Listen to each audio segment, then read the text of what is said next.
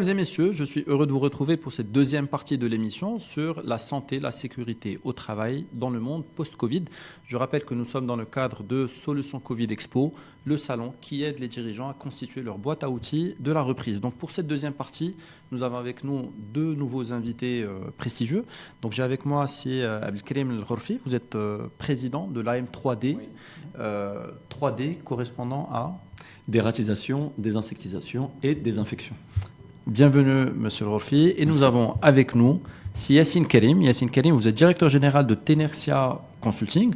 Vous êtes également vice-président de la Fédération Commerce et Services. Yassine, est-ce que vous pourriez nous donner une brève présentation de Tenerxia pour démarrer? Ok, merci Hicham pour votre invitation. Très heureux de participer à un salon Solutions Covid. Je tiens à vous féliciter, Hicham, d'avoir être vraiment créatif et avoir le courage pour organiser un salon pendant cette conjoncture. Et voilà, c'est un salon qui crée le débat aujourd'hui autour des thèmes très intéressants. Alors, par rapport à Tenerxia, c'est un cabinet de conseil qui a un business model très simple. Nous avons mis au centre de notre modèle économique le KHSE, la qualité, sécurité, environnement.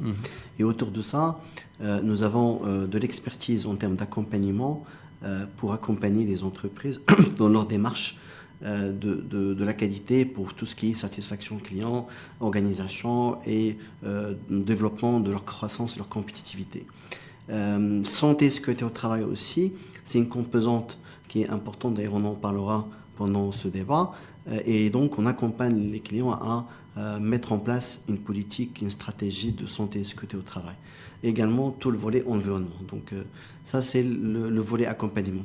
Il y a le volet compétences où on a aussi l'expertise pour former le capital humain des entreprises en matière de KHSE.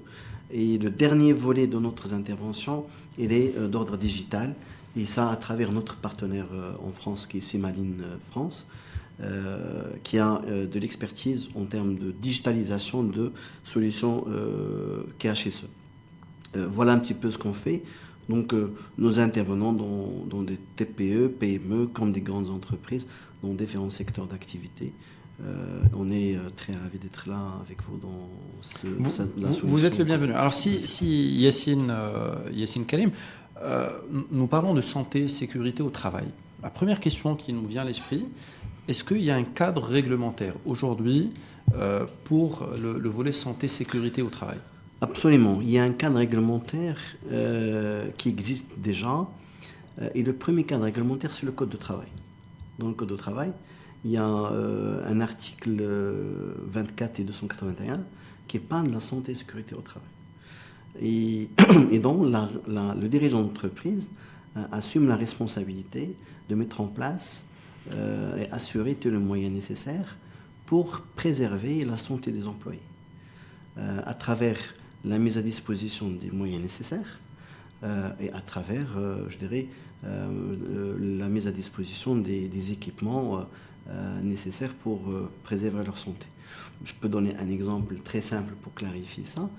La réglementation oblige à ce que les entreprises ont des médecins de travail. Maintenant, le médecin de travail doit faire des visites médicales à tous les employés d'une manière périodique pour s'assurer que tous les employés sont en bonne santé. Également, on peut même aller plus loin en termes de réglementation par rapport à la santé et sécurité au travail. C'est une responsabilité pénale. Ça veut dire que le dirigeant d'entreprise est responsable pénalement. Il doit, encore une fois, assurer les moyens nécessaires. C'est une responsabilité pénale du dirigeant c'est clair. Quant aux actions qu'il doit prendre pour protéger en fait, la santé de ses collaborateurs. C'est clair. Je peux donner un exemple très simple. Aujourd'hui, dans l'entreprise, il y a un risque, je dirais, d'incendie dans l'entreprise, ou un risque d'avoir un accident d'une personne qui peut s'évanouir dans l'entreprise. La loi exige à ce que le dirigeant d'entreprise forme une équipe de secouristes en interne. Ça, c'est quelque chose qui existe déjà et qui doit exister. Alors que ce n'est pas forcément le cas dans la C'est pas majorité des systématique. entreprises. C'est ça, systématique. Ça veut dire que légalement, chaque entreprise doit avoir une équipe d'intervention formée et a les compétences techniques pour intervenir lorsqu'il y a un accident, lorsqu'il y a quelqu'un pour faire ce qu'on appelle les premières interventions pour les secouristes. Également, par rapport à tout ce qui est incendie, le dirigeant d'entreprise doit mettre en place tous les équipements nécessaires pour la protection contre incendie. Et il doit former une équipe, ce qu'on appelle les équipes première intervention, pour intervenir lorsqu'il y a un incident en termes d'incendie. Ça, c'est légal. Donc, en fait, maintenant, en quoi la responsabilité elle est pénale? Si demain on a un incendie, et on prouve que le dirigeant d'entreprise n'a pas mis en place les moyens nécessaires, la responsabilité elle est pénale. Comme ça a déjà été le cas par le passé. Par le passé, des exemples que je pense qui est connu, comme le cas il y a 12 ans, je pense, le cas de Rosamour, textile, qui a eu un incendie et il n'y avait pas d'escalier de secours, il n'y avait pas aucun dispositif, et donc la responsabilité. En fait, il y a une vraie politique santé, sécurité au travail à mettre en place. Je vais revenir vers vous dans un instant, si Yacine. Je me tourne vers vous, monsieur Le Reflet. Est-ce que dans votre métier à vous, dans le métier de la désinfection, est-ce qu'il y a un cadre réglementaire particulier pour rester dans le cadre réglementaire, sans jeu de mots? Alors, il y a un vide sanitaire. Il y a un vide juridique.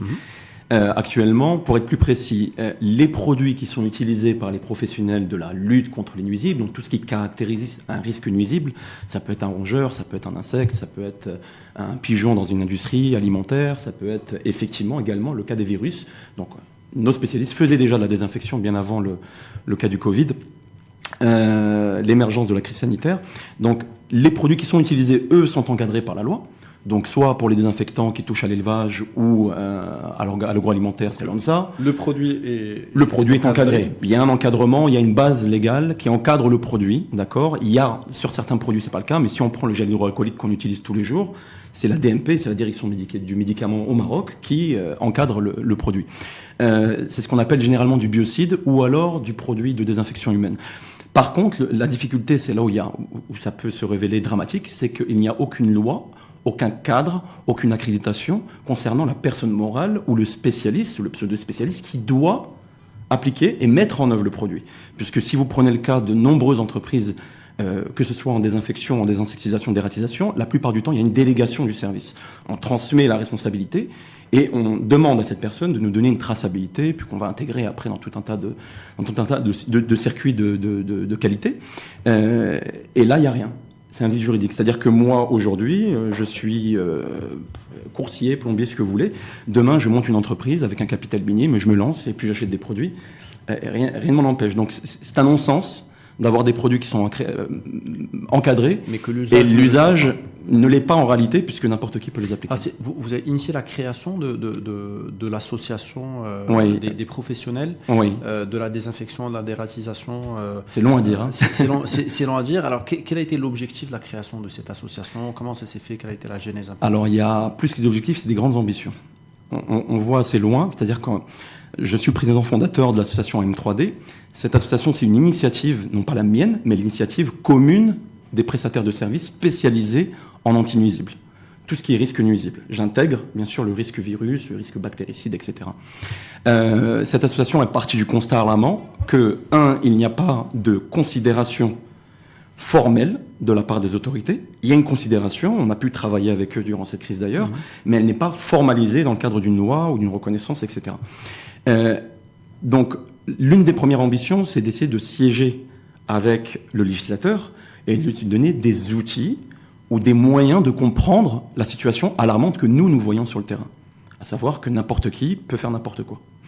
La deuxième ambition, c'est même celle sur laquelle on est encore beaucoup en train de travailler, c'est de fédérer les prestataires. Parce que vous ne pouvez pas aujourd'hui arriver avec des grandes ambitions sans avoir une base fédératrice et une crédibilité. Et une troisième, et sur laquelle on a beaucoup œuvré durant cette crise, c'est d'informer le citoyen, d'informer le donneur d'ordre, de lui donner des éléments, de comprendre comment juger une prestation de service, qu'il la fasse lui-même ou qu'il la délègue, peu importe, il doit savoir comment fonctionnent les produits, comment fonctionne une méthodologie, et en fonction du cadre. Vous n'intervenez pas en désinfection de la même manière dans un process agroalimentaire que dans une mosquée. C'est deux risques qui sont totalement différenciés et deux sensibilités différentes. Et ça, il faut être un spécialiste, du moins, pas besoin d'être forcément un expert, mais un spécialiste avec un background pour pouvoir l'expliquer. Donc, c'est très compliqué quand vous êtes un prestataire seul de l'expliquer ou de porter ce bon message. Donc ce message, on l'a porté à travers l'association. De manière comprise. Alors je vais revenir vers vous dans un instant pour parler de choses vraiment pratiques, la procédure de désinfection, de ce qu'on doit faire, de ce qu'on ne doit pas faire, et puis des risques liés à cela. Avant, on va parler du cadre, on a parlé du cadre légal, mais l'idée c'est de parler aussi de la politique santé, sécurité au travail, c'est-à-dire et de pousser des entreprises à avoir cette politique-là. Comment est-ce que ça se passe, Yassine Karim? Est-ce que il y a une méthode à suivre? Comment est-ce que vous pouvez accompagner une entreprise à mettre en place en fait cette politique-là? En fait, le fait de parler de politique, ça veut dire qu'on positionne la santé et la sécurité au travail dans une sphère stratégique. Et ça veut dire que la santé et la sécurité au travail doit être une composante intégrante dans la stratégie. Et donc, la première des choses, il faut que la direction générale ou les actionnaires doivent être vraiment convaincus et engagés dans la santé et la sécurité au travail. Donc, du coup, c'est une politique qui doit, je dirais, décliner un ensemble d'objectifs et des objectifs vraiment opérationnels. Cette déclinaison des objectifs, c'est de dire quels sont les risques dont j'ai au niveau de santé et sécurité au travail par rapport à mon activité. Et une fois qu'on a défini les risques, bien évidemment, ces risques ils vont être maîtrisés avec un ensemble de dispositifs qui va nous permettre de bien cadrer un plan d'action. Donc, voilà, donc la politique santé sur le travail, c'est une déclinaison d'une stratégie, d'un ensemble d'objectifs opérationnels, d'un ensemble des risques liés spécifiques à l'activité de l'entreprise pour éventuellement décliner un plan d'action. Par la suite, on peut décliner toute une démarche structurée en matière de ce qu'on appelle la maîtrise opérationnelle. Mais d'abord, c'est la stratégie, les objectifs, l'analyse globale, l'analyse je dirais de contexte de l'entreprise, parce que les risques sont spécifiques et diffèrent d'une activité à une autre. Est-ce qu'il y a des normes particulières à mettre en place ou à suivre dans ce cadre-là? Oui, effectivement, il y a la norme internationale qui est la ISO 45001. Cette norme est une norme, je dirais, dédiée à mettre en place un système de management de la santé et sécurité au travail. Et donc, lorsqu'on parle d'un système, ça veut dire c'est un ensemble, je dirais, de composantes qui interagissent entre eux dans un cadre global. On vient en parler dans une politique. Par la suite, donc cette norme décline un ensemble d'exigences. Donc, ça représente même, je dirais, un guide pour mettre en place une politique santé et sécurité au travail. Alors, merci si Yassine. Je reviens vers vous, si elle refait. Est-ce que dans votre métier, encore une fois, il y a des normes ou des procédures à suivre pour une opération de manière pratico-pratique, en matière de désinfection? Comment est-ce que ça se passe? Comment est-ce que c'est géré quand une entreprise vous sollicite? Quelle est la bonne approche à avoir? Alors, on va scinder en deux parce qu'il y a cet aspect normatif qu'a souligné Yassine. Vous avez parlé de 45001, vous avez parlé, il y a tout un tas d'autres normes, la 9001, et puis après il y a des normes spécifiques à l'agroalimentaire, la IFS, la BRC, etc. Ces normes-là intègrent une certaine méthodologie dans la lutte contre les nuisibles, que ce soit la désinfection, que ce soit la dératisation, désinsectisation, lutter contre les reptiles nuisibles, etc. Donc, il y a une méthodologie existante dans le cadre d'environnement normé. Dès qu'on sort de l'environnement normé, il n'y a plus de règles établies, nationales, voire internationales. Et nous, en tant qu'association, nous essayons de donner un cadre technique, vu l'absence de cadre légal. On essaie de donner ce cadre technique. Donc, si on doit parler de la désinfection, Donc ce qu'il y a actuellement, dans le cadre de ça, on parle beaucoup de désinfection, mais c'est ce qui va suivre par la suite, parce qu'une désinfection, il faut qu'elle soit répétée. On a mis en place effectivement un protocole.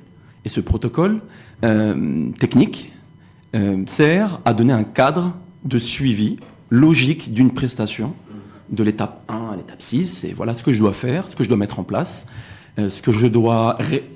en tant que donneur d'ordre, je reçois le protocole, on a été contacté par des industriels.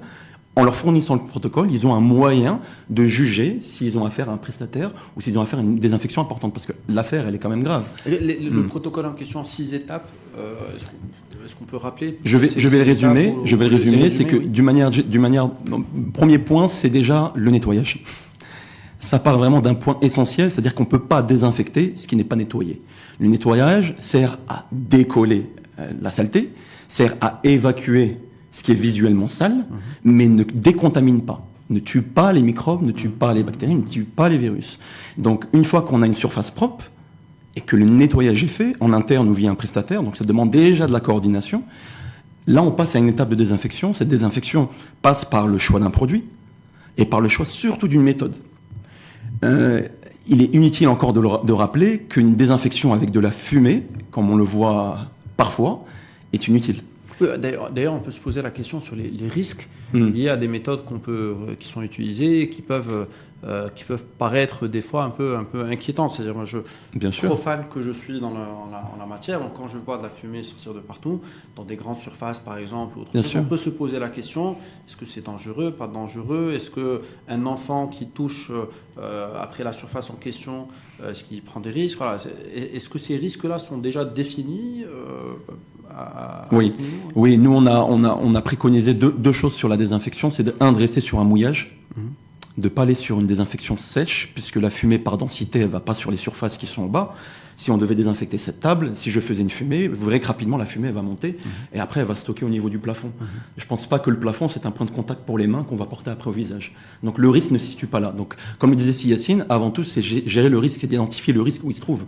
Donc sur cette salle, je vais estimer le micro, je vais estimer que le mug, je vais estimer que la table, je vais estimer que mon stylo, je vais estimer que la poignée de porte sont des endroits désinfectés. À partir du moment où j'ai identifié ces risques-là, je mets en place un moyen. Est-ce que c'est préférable que je vienne avec un microfibre et que j'essuie? Ou alors c'est préférable que je vienne avec un pulvérisateur? Ou alors est-ce que j'ai une grande surface et là je vais mettre un atomiseur?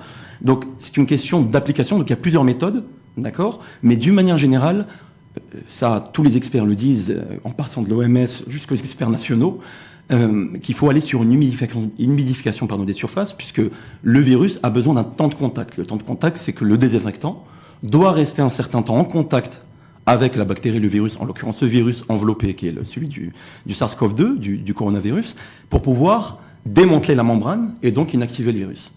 Très bien. Alors, pour rester sur les risques, Yacine, est-ce que vous faites un travail d'identification aussi des risques systématiquement, indépendamment? Là, on parle forcément du virus, parce que c'est le contexte le veut, mais l'idée, c'est d'aller forcément se projeter au-delà de cette période-là et de cette crise qui nous le souhaitons tous, passera rapidement.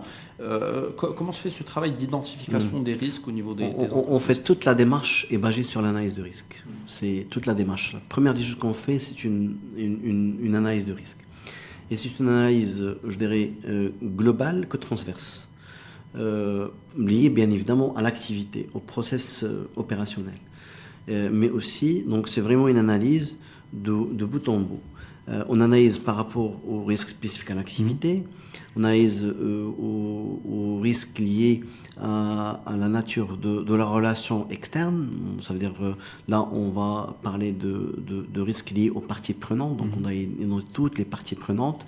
Donc, là, je peux identifier, par exemple, les fournisseurs, les clients, les visiteurs, les partenaires.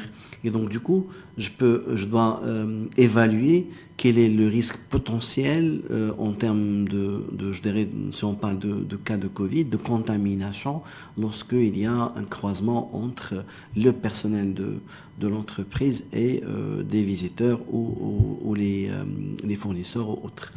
Donc, aussi, on va aller décortiquer l'activité de l'entreprise je dirais en partie par partie, on va analyser le risque. pour dire quel est le risque potentiel. Parce qu'aujourd'hui, le basique en termes de démarche risque, c'est de dire c'est un risque potentiel. Il n'est pas présent aujourd'hui, mais c'est un risque. Mais ça peut arriver. Ça peut arriver. Une fois que ces risques ils sont identifiés, c'est pas encore suffisant. C'est bien d'identifier les risques, mais par la suite, il faut évaluer leur criticité. C'est-à-dire quel est l'impact de ces risques sur mon activité, sur mon personnel. Et donc, lorsqu'on est dans une démarche de santé et sécurité au travail, ce qui est très intéressant, Hicham, c'est qu'on met le capital humain au centre de toute la démarche. Donc, lorsqu'on parle de ISO 9001, on met le client au centre. Lorsqu'on parle de santé et de travail, on met le capital humain au centre et d'analyser tous les risques que nous avons au niveau de notre process qui peut nuire ou toucher la santé des employés. Alors, une fois que... Je termine, donc, une fois qu'on a vraiment analysé ça et on a évalué la criticité, bien évidemment sur une démarche structurée par rapport à un degré de vraisemblance et degré de la probabilité de criticité, c'est à ce moment-là qu'on va mettre le doigt sur les risques les plus critiques. Pourquoi ? Pour canaliser des efforts et pour mettre en place les dispositifs nécessaires. Et je peux faire un recoupement avec l'intervention de mon collègue. C'est que si on identifie par exemple que dans une zone de production, il y a un risque, des risques liés à l'hygiène. Donc du coup, on a besoin de faire un nettoyage industriel ou un nettoyage professionnel propre. Et c'est là où il y a des spécialistes qui viennent intervenir. Voilà, donc... Alors, je vais revenir vers vous dans un instant pour parler de la démarche, parce que je pense qu'il y a une démarche à mettre en place, mais toujours pour rester sur les risques, parce que je pense que c'est l'une des choses qui peut intéresser le plus les personnes qui nous suivent. Oui. Concrètement, quels sont les risques aujourd'hui qui sont liés déjà à une désinfection qui est mal faite, mais au-delà même du contexte actuel et du virus que l'humanité combat en cette période, est-ce qu'il y a d'autres risques qu'on peut imaginer? Parce que là, on a découvert, du jour au lendemain, on a découvert une maladie qui s'est transformée en pandémie, mais on n'est pas à l'abri d'autres risques qui existaient déjà auparavant. Donc, quels sont les risques aujourd'hui qui sont déjà identifiés et sur la désinfection, sur l'action de désinfecter, mais aussi d'une manière plus large? Alors, sur la désinfection, dans un premier temps, le premier risque, c'est vis-à-vis de l'humain. C'est-à-dire que si vous désinfectez mal et que les gens abaissent leur vigilance en disant que finalement c'est désinfecté, c'est ce qui a eu d'ailleurs, c'est ce qui est une des raisons qui pour l'instant avait motivé, souvenez-vous de l'histoire des tunnels, parce que les gens passaient par un tunnel et avaient le sentiment d'être désinfectés, puis l'initiative était très louable, mais le risque derrière c'était le risque psychologique, puisque quand vous désinfectez mal, c'est un souci. Vous avez aujourd'hui des gens qui ne sont pas du tout des spécialistes, qui viennent désinfecter et qui annoncent des désinfections de rémanence de 5 jours. C'est-à-dire que je viens, je désinfecte et vous êtes tranquille 5 jours. Une désinfection, aussi efficace soit-elle, elle ne va pas dépasser les 2 heures d'efficacité. Donc ça veut dire que vous devez, pour gérer ce risque-là, le passé, mais vous faites ce qu'on appelle quasiment un point zéro. C'est ce qu'on appelle, nous, dans le jargon technique, c'est faire quasiment un point zéro. Pas totalement, c'est pour ça que j'insiste sur le quasi. Et donc qu'on abaisse le risque microbien à un seuil qui est, voire...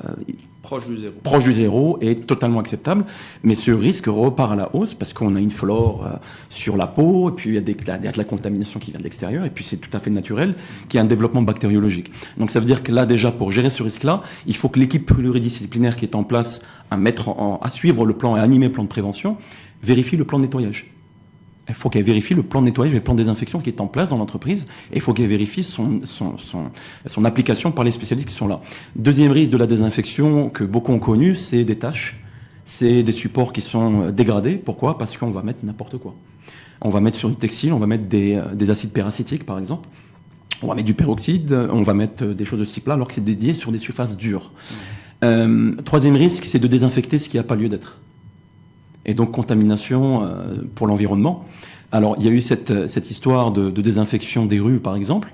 On sait tous qu'il y a effectivement un risque qui est, soit selon nous en tout cas minime, mais qu'il y a eu cette volonté de rassurer la population. C'est ce qui s'est passé dans les plusieurs villes d'Europe, c'est pas propre, en tout cas au Maroc. Donc les risques au niveau des infections, ils sont nombreux quand le produit est mal appliqué. Et puis vous avez également, vu que il y a un encadrement qui est assez limité, comme on l'a expliqué, il y a le risque d'utiliser des produits qui sont cancérigènes, mutagènes, reprotoxiques, ce qu'on appelle nous des CMR. Par exemple le formol. Le formol aujourd'hui, c'est un cancérigène probable. On trouve aujourd'hui du formol qui est envoyé en pulvérisation dans des lieux où il y a du public. Pour répondre à votre deuxième partie de votre question, c'était sur les risques autres. Alors nous, il y a 2 semaines, on a fait un communiqué pour tout de suite alerter et porter les gens sur les autres risques qui existent, sur tout ce qui est maladies zoonotiques. Si on reprend le cas du coronavirus, si on remonte la chaîne probable, pas certaine, mais probable de contamination, on a parlé du pangolin, mais on sait qu'il y a un risque autour de la chauve-souris. Donc il y a toujours un animal avec des hôtes intermédiaires avant d'arriver à l'homme. Ça, ça existe sur d'autres choses, et c'est notre métier, c'est par exemple les rongeurs. Sur les rongeurs, vous avez des maladies, et il y a des maladies qui sont en croissance en Europe, et y compris au Maroc. Qui peuvent être mortelles aussi. Et qui peuvent être mortelles au niveau hépatique, au niveau ce que vous voulez. C'est le cas de la leptospirose, qui est lié à l'urine des rongeurs. Et ça, les rongeurs, vous les laissez proliférer, c'est un souci. C'est pour ça qu'on s'est battu contre le fait de dire que des industriels puissent défendre le fait que non, le spécialiste, vous venez, vous nous faites la désinfection, mais la désinsectisation ou la dératisation que vous aviez l'habitude de faire, vous êtes gentil, vous la laissez pour plus tard. Le risque est équivalent. Je veux dire, vous laissez proliférer des insectes nuisibles. Vous avez le cas de la puce, vous avez le cas de la leishmaniose qui est très connue au Maroc, qui vient des phlébotomes. C'est un insecte volant.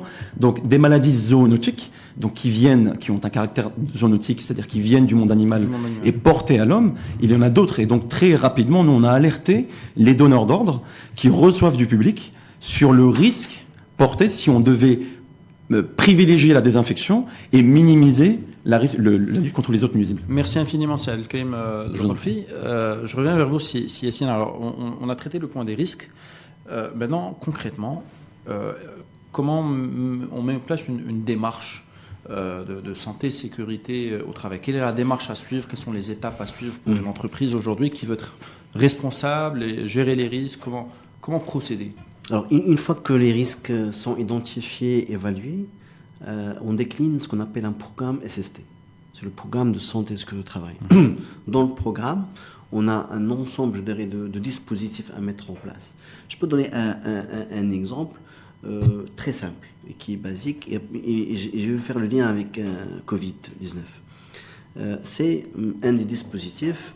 D'ailleurs, une de l'analyse par rapport à l'activité, on va identifier que le personnel doit porter des équipements de protection individuelle, les EPI.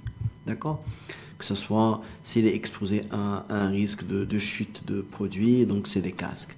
Si il est exposé à des lumières ou des lumières, il faut qu'il porte des lunettes. Donc c'est des équipes de protection individuelle.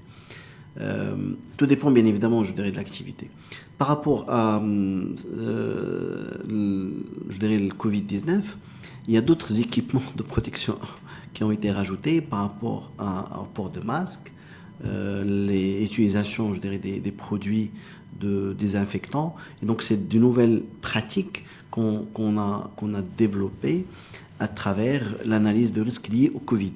Donc c'est vraiment spécifique. Et donc, c'est un programme à mettre en place qui correspond à un ensemble, je dirais, de dispositifs, que ce soit bien évidemment les équipes de protection individuelle, que ce soit le nettoyage, que ce soit la médecine au travail, par rapport, je dirais, aux maladies, je dirais que ce soit aussi à tout ce qui est bonne pratique et comportement au quotidien. La difficulté dans la mise en place d'une démarche de santé et sécurité au travail, c'est parce que c'est lié, doit être supervisé au quotidien et c'est lié au comportement humain. Et donc c'est très difficile. Généralement, dans certains cas, il y a des résistances. Ça veut dire, certains personnels refusent de mettre le casque parce qu'il est dérangé. Ils refusent de mettre les chaussures de sécurité parce que ça le dérange. Comme le cas aujourd'hui pour le masque pour la protection contre Covid. D'ailleurs, on commence à constater dans les entreprises qu'il n'y a pas d'utilisation des masques d'une manière convenable et adaptée.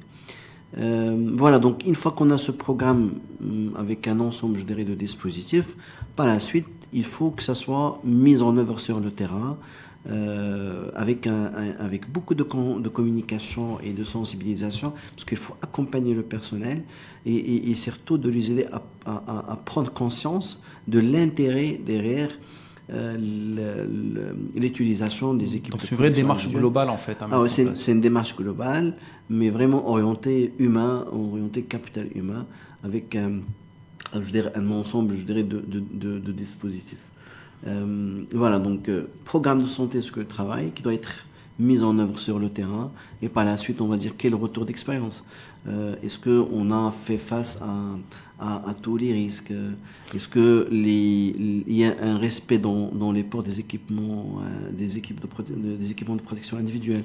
Est-ce qu'on a fait la formation de tout le personnel? Est-ce qu'on a respecté la réglementation en termes de visite médicale? Donc il y a un ensemble je dirais, de pratiques, je ne peux pas rentrer dans le détail. Et donc l'idée c'est, donc la démarche elle est basée sur un esprit plan de check-act. Donc j'analyse le contexte et j'analyse les risques pour comprendre les risques spécifiques à l'activité. Sur la base de ça, j'élabore un programme adapté spécifique à l'entreprise. Et après, je mets en œuvre ce programme. Et par la suite, je vais dire, est-ce que ce programme est efficace? Quelles étaient les lacunes, retour d'expérience pour ajuster et mettre en place, je dirais, un plan d'action. Bien évidemment, tout doit être calé à l'aspect normatif qui est la ISO 45001, parce qu'il est structuré. Donc je rappelle d'ailleurs que Tenaxia a mis en place ou a réalisé un guide lié à la santé et sécurité au travail qui sera à la disposition d'ailleurs de l'ensemble de nos participants, de nos visiteurs sur le stand de Tenaxia. Absolument, c'est Hicham. Donc, en fait, en tant que Tenaxia Consulting, on a un peu d'expertise dans le monde de santé et sécurité au travail. Lorsqu'on a vécu la conjoncture Covid, on a pensé de dire comment on peut contribuer face à cette conjoncture par rapport à notre expertise. Alors, la problématique que nous avons identifiée à ce moment-là, c'était que les dirigeants d'entreprise recevaient plusieurs protocoles. Protocole de santé, de ministère de la Santé, protocole de ministère du Travail, protocole de ministère de l'Industrie et Commerce, le guide de la CGM. Donc, il y avait énormément de protocoles. Donc, les dirigeants, ils se posaient des questions. Waouh, je prends lequel? Est-ce que j'adopte celui-là, celui-là, celui-là? Alors qu'il y avait beaucoup de complémentarité avec une seule finalité, c'est de mettre en place des dispositifs pour faire face à la propagation de Covid-19. Nous, qu'est-ce qu'on a fait? On a regroupé tous ces protocoles dans un guide pratique. Parce que aussi, les dirigeants d'entreprise et des entreprises leur manquaient un peu les outils, la méthode, comment faire, quelles sont les barrières, je dirais, comment on s'appelle, les gestes barrières. Comment je vais analyser mes risques. Donc on a fait ce guide et on a donné tous les outils et les méthodes. Et en fait, c'est un guide pratique pour accompagner les entreprises à mettre en place, encore une fois, un plan de reprise d'activité en toute confiance, tout en étant en assurance par rapport au risque de contamination pour le dirigeant ou pour le personnel. Merci infiniment, Yassine. Alors, nous arrivons à la fin de notre émission, parce qu'on a quand même largement dépassé, je pense, le temps initialement prévu. Un dernier mot, Yassine. Je voudrais vous parler de digitalisation. Est-ce qu'aujourd'hui, vous pensez que les outils modernes ou les outils digitaux peuvent contribuer un peu à faciliter la mise en place de ce type de process? Absolument. En fait, aujourd'hui, je pense on est tous d'accord qu'une des leçons que nous avons comprises lors de Covid-19, c'est que la digitalisation aujourd'hui s'impose. Ce n'est plus un luxe, ce n'est plus vraiment ça devient une vraie obligation. La digitalisation d'une manière globale, que ce soit dans les process métiers que dans les process transverses.